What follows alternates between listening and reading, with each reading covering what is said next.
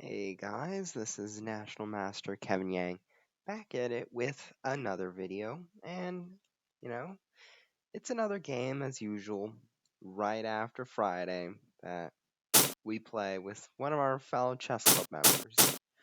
So, let's look at this from our opponent's perspective again, trying to train, that one person, despite you making the move, you want to also see it from your opponent's perspective. And you might think, ooh, was he doing that I can't see? So let's explore this from my opponent's perspective. So I play e4, so I'm white. e5, it's all symmetrical. Everyone's controlling the center again. Knight f3, I'm attacking this pawn. And our member plays knight f6. Now this is what is called the Petrov's defense. And with the Petrov's defense, it's kind of known to, mostly it's a lot of draws because you trade off these guys, you both castle, you both put the bishops here, and it's kind of like, you're copycatting each other. So I decided to play this with d4. Because usually, knight takes d5 happens, and then black plays d6. Knight goes back, and I take the pawn. But, what is wrong with just taking the pawn right away? This is what goes on. Queen e2. And here, you lose a pawn. Here's why. This knight is threatened by the queen, right? So let's say d5, but then d3 comes. You retreat back, he's going to go check. Checkaroo, bing bang. This queen's dead. You go here, the knight goes click. So you don't want that to happen. So the only move here is queen e7, but it's really hard to see. You're giving up this guy, but you want to attack this guy. So let's say white takes here, right? Black's only option is to play the move d6, or you can play something like knight c6. But both these moves, they have to attack this knight, right? Because if knight takes, you say goodbye to white's queen. So he can't move this guy. So he has to play something like f4, right? And now is your chance to play d6. Because he goes bing, you go bang, right? So remember that. I recommend you, if white ever takes like this, play d6 first. Because now, knight f3, knight takes the pawn, queen e2, you get your queen out. Just in time, right? There's no more knight here. There's no more of that. The knight's back here. And the next move you get to retreat your knight. So you're safe here. But okay. This is not what happened in the game. In the game, d4 happened. And the thing with d4 is that now I'm putting two threats on this pawn. And here, some people continue with the move knight takes and knight takes, but some people,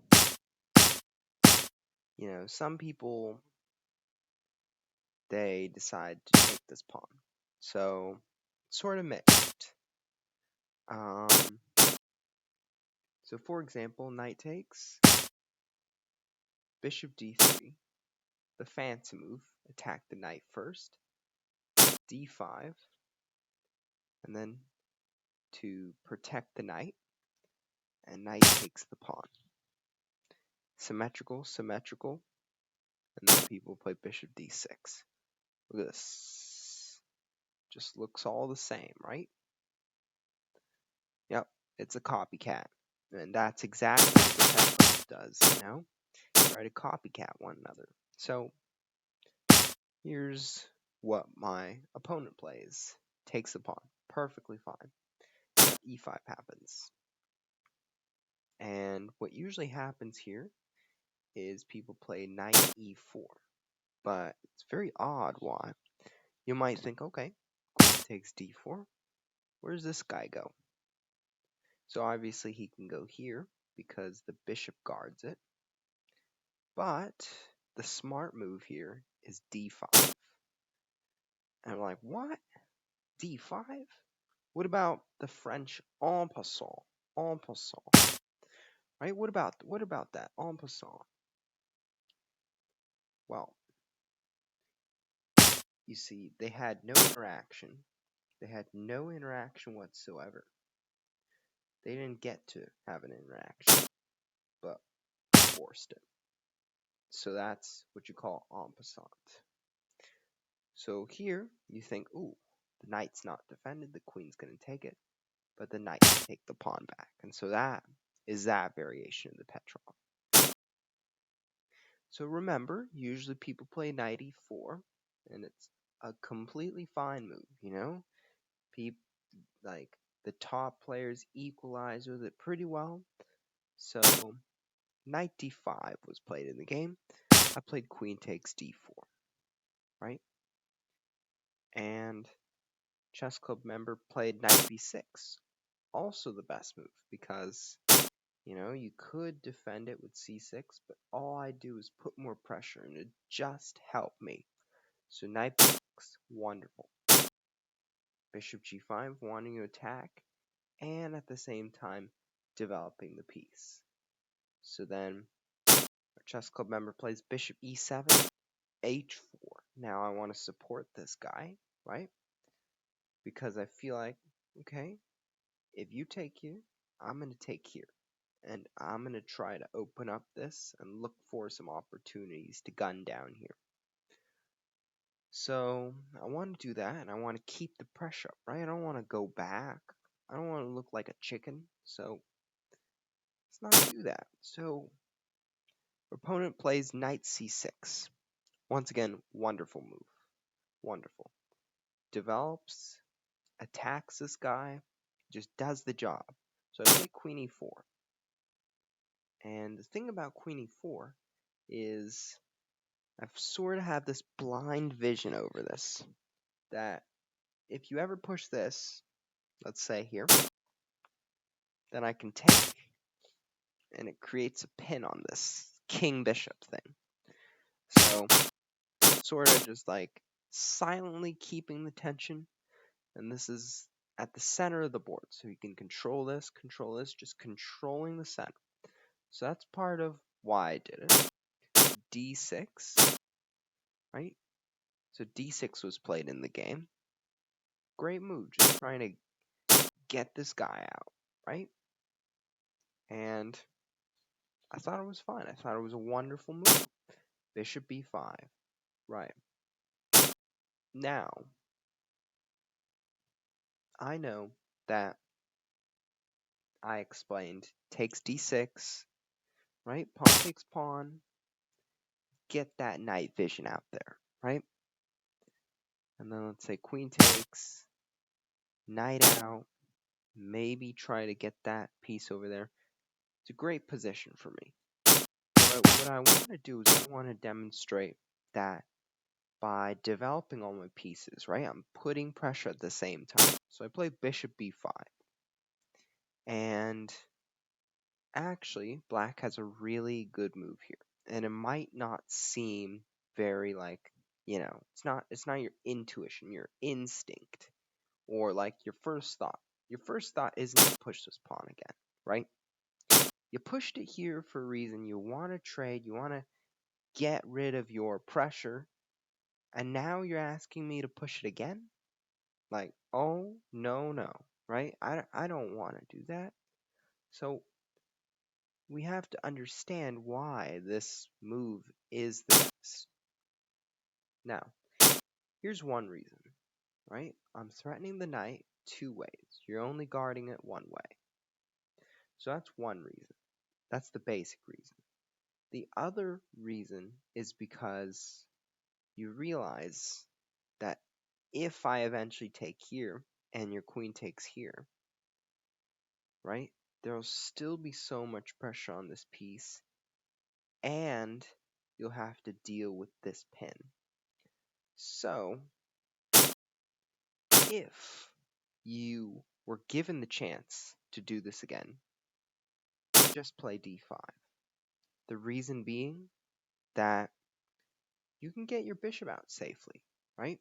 The queen will never get an eye unless this pawn is removed. But the queen doesn't have an eye. She's blind, basically. So, okay, let's move on. So in the game, bishop d7. Little bit of an inaccuracy, but I like the intention, Try to defend against this. Now, I do what I said before. I open it up. I open up the pinnings.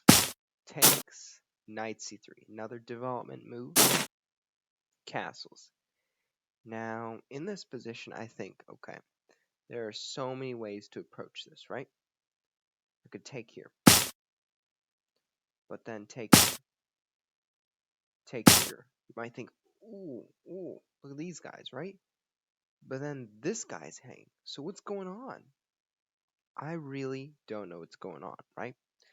But if you want to investigate further, queen e7 or queen c7, right?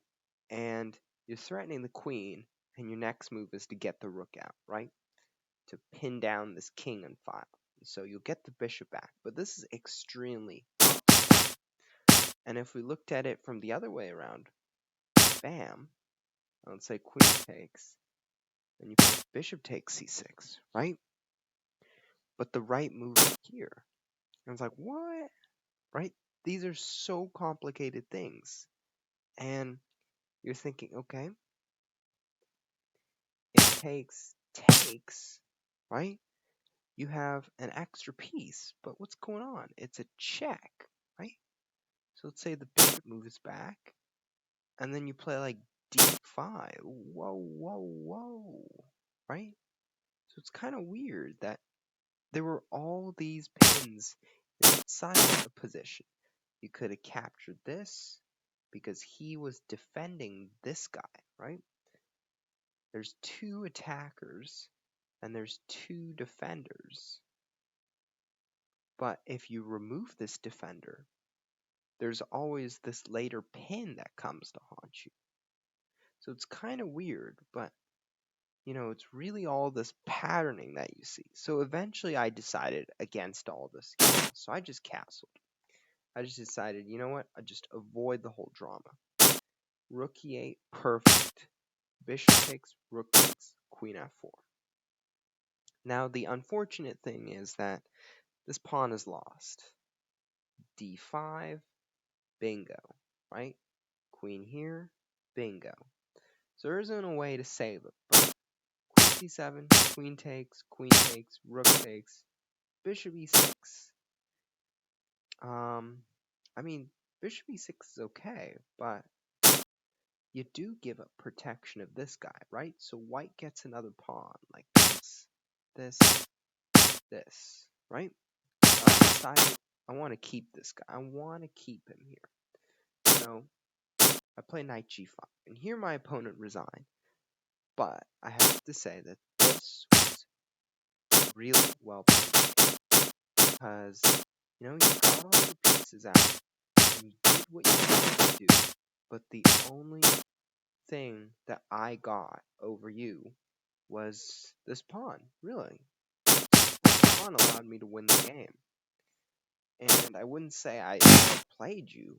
I wouldn't say that. It's just, I just got the space that I needed, and maybe I got a little ahead in terms of pressure. But this pawn was all the difference. And I hope you enjoyed the video.